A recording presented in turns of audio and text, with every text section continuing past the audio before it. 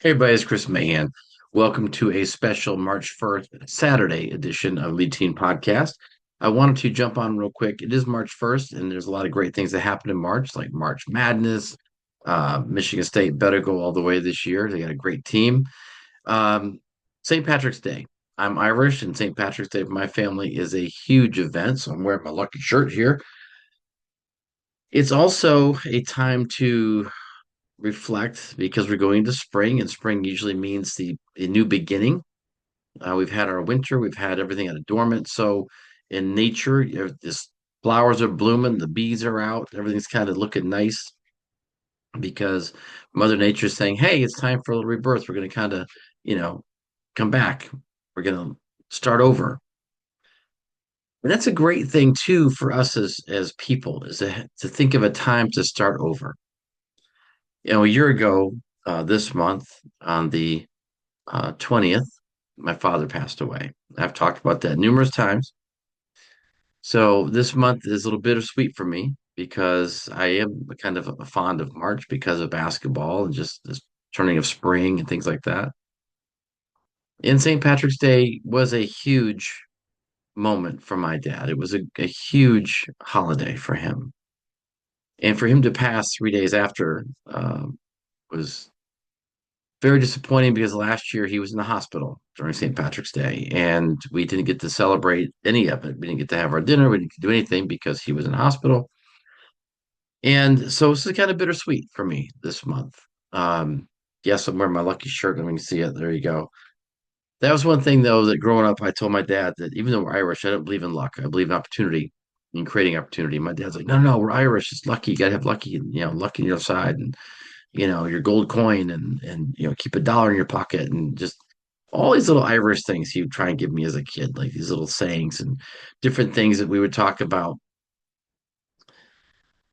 So I'm going to miss that. And I've missed it all year with my dad. It's been a really hard year for me emotionally, um, trying to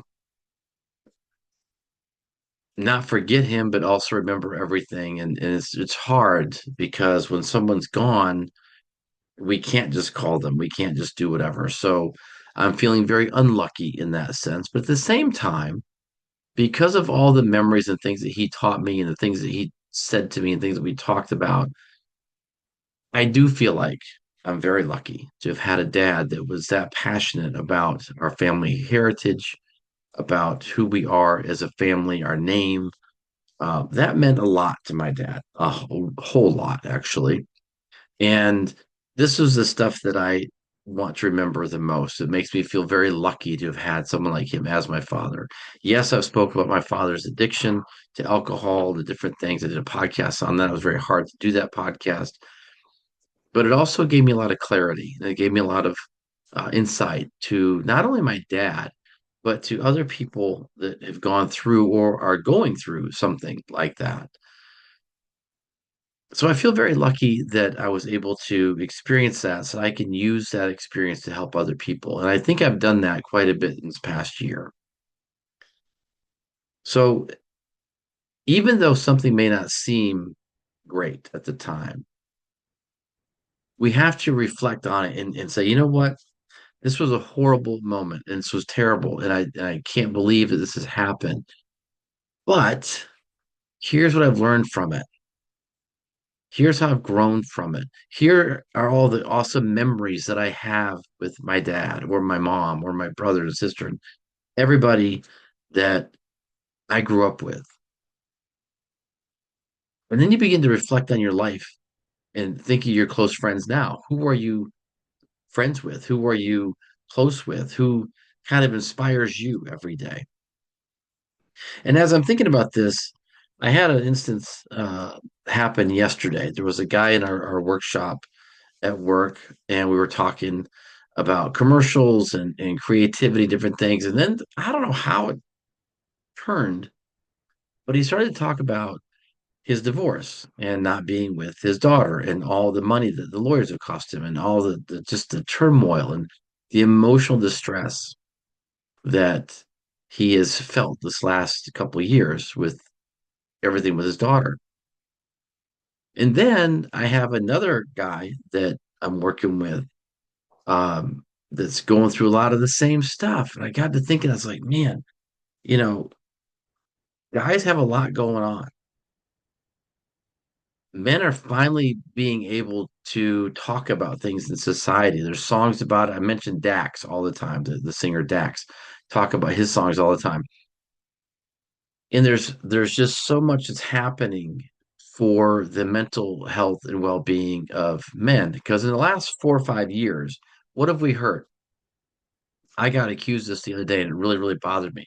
I got accused of being having male privilege and being a toxic masculine person, and um, just all of these derogatory remarks because those are not positive remarks. If someone calls you a a uh, a white privilege or a male privilege or a toxic male, those are not those are not positive things. And it was said to me in a place where it shouldn't have been said. And I couldn't say anything back. Nothing. Because if I did, it would have caused even a greater issue. And then I got to thinking about other guys that are going through divorces and child custody cases and parental alienation and all these things that are happening, and how our society has literally turned on a dime on men, our young boys. We wonder why young boys are shooters. We wonder why young boys are angry. We wonder why young boys are not living their full potential because society has told them either A, it's terrible to be a boy, it's terrible to have testosterone. It's terrible to have energy. It's terrible to question why. It's terrible to want to explore or go to the gym. We're promoting a fat, obese crisis in this country. We're promoting it. I've talked about this numerous times. There's this rapper from Detroit. Everyone's heard about her. She's been all over the place. She ordered a Lyft during Super Bowl. The guy said she couldn't fit in the car. She's sued Lyft. She's been all over the place. She's 500 pounds. Today I saw these pictures of her on Facebook, like half naked, and it was honestly, it was pretty gross. It was. It was gross about it was not that she was proud of herself to show herself off if that's what she wants to do. What's gross about it is we are promoting and celebrating obesity, something that kills, something that is preventable, something that outside of a medical means is preventable. We are promoting unhealthy behavior and making that okay. But a guy or a young boy who wants to just be a natural, energetic, you know, person, that's terrible. So I'm feeling lucky, my shirt, that as a society, we're finally waking up to this. And we're finally telling young boys it's okay to have energy. In fact, that's what calms them down. They don't need pills, they don't need to be isolated. When you isolate a young boy from the classroom or in any group and you single him out, you are telling him he's a terrible person and he doesn't deserve to have that interaction, that connection. He's not worthy. You tell that to a 5 or 6 or 7 year old, 8 year old, 10-year old kid, of course he's going to grow up angry. Of course he's going to find somebody to cling to have that connection.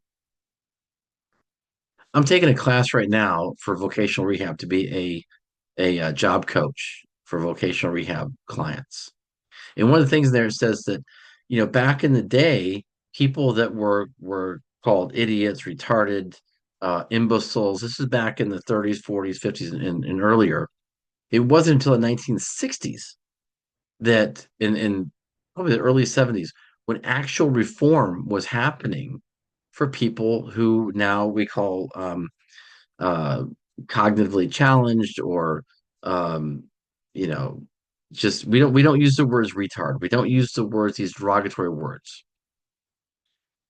But one of the things in there for the job side of things is they have to be integrated into a workforce. with the same pay, same benefits, everything, because we know that if people are segregated,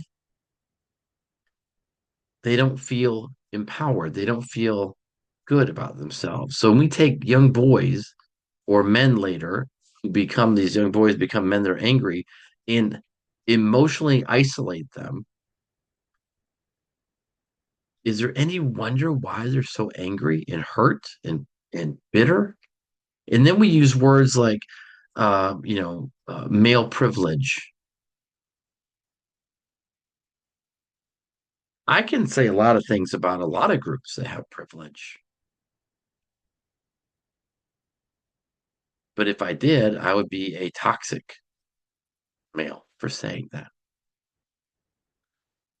One of the things that I like to remind people is that if you're a young lady who's 18 years old versus a young guy who's 18 years old, there's something that happens that young girls will never have to do.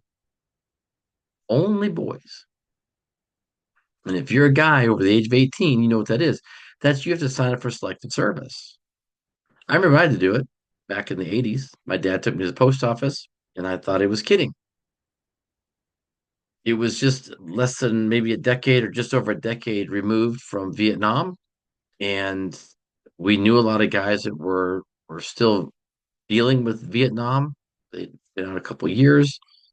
And my dad said, "Hey, you got to sign up for what's called selective service. You're 18 years old now." And I said, "What is that? What does that mean?" I was so confused. He's like, "It's if there's ever a draft, the government wants to know how many young men they have of military fighting age." And I said, "Well, do girls have to do this?" I keep in mind it's 1985. He said, "No, they don't." And I was like, "Wait a minute. Well, why? I don't want to go there. Well, because I thought if I got drafted, I'd be shot. I'd be dead right away. I mean, I watched the war in the 70s every night at 6 o'clock with Walter Cronkite. They would do a Vietnam update every single night. We would see helicopters, we'd see people getting hauled off. It was horrible to watch that every night at 6 o'clock on the news.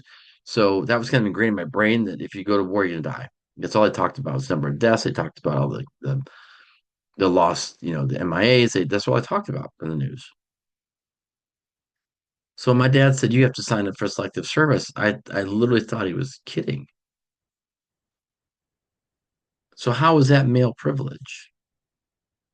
If I walk into a room as a 50-some-year-old guy in the South with a shaved head, instantly there are people that assume that I'm this horrible person. And I had that said to me the other day too. When young boys hear this and see this in society and they are deemed that, yes, they're going to grow up angry. Absolutely. And if you then throw in a color, everyone likes to do this now. All the color thing, everybody loves to do that, because let's not listen to Dr. Martin Luther King about the character. Let's all put color on us. Now you've got the toxic black kid or the you know angry Latino kid or the school shooter white kid. I mean, there's all these derogatory things that people say, and I've heard a lot of them. I talked to a lot of parents. I talked to a lot of people, and I've heard a lot of really, really bad things. And then we wonder why someone is not happy.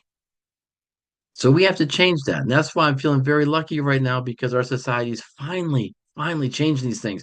And, Dax, I keep talking about singer Dax and all his songs. You guys have got to listen to his song. One of the best ones is To Be a Man. It's absolutely an amazing song. There's a couple different versions. One with Darius Rucker from Booty and the Blowfish, I talk about all the time. And there's another one where he uses a bunch of different artists and they all sing a different part of the song. It's amazing. It's absolutely great. So I'm feeling lucky about that. I'm feeling lucky that young boys today and teenagers and young men and even older men are going to get the help that they need finally to be able to express themselves without the fear of being attacked. That's something else. Guys that are verbally attacked, physically attacked, emotionally attacked, domestic violence, they don't claim it. They don't talk about it because society then looks at you as weak. So they hold it in and they turn to drugs, they turn to alcohol, they turn to violence because they have nowhere to go. So I'm feeling lucky this month that I'm looking around and we're finally seeing some positive changes for young boys, teenage boys, young men, fathers. Hopefully we can turn the courts around to allow fathers to actually see their children and that judges will begin to see the manipulation and the power grab that angry moms have been getting away with for decades. I'm not saying all dads are great, they don't do what they're supposed to do, but there are case after case after case of good dads, great dads that have been manipulated, lied about, framed, and it's costing them so much money in emotional distress. And what's the biggest problem is through all of that, they're not allowed to see their children. So now the children are used as pawns. So my next push, I think I'm going to dedicate this year, the rest of this year, to really promoting fathers and fathers' rights and fathers and children's rights. It is horrible to me what guys are going through, and no one seems to care. As a society, we've got these terrible labels, and it's so easy for people to say, "Oh, he's this and he's that," and no one there's no recourse.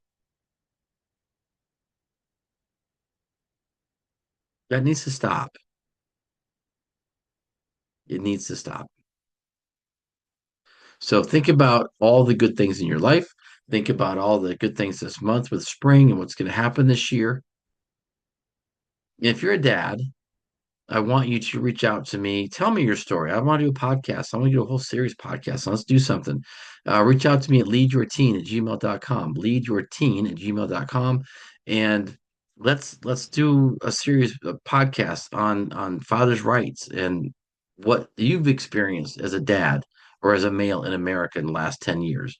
And all the derogatory remarks, all the comments, and all the stares and the stereotypes, and all the things that we deal with that maybe now we can start getting a little bit of hope and change because that would be really lucky. All right. You guys have an amazing day. I'll talk to you guys all real soon.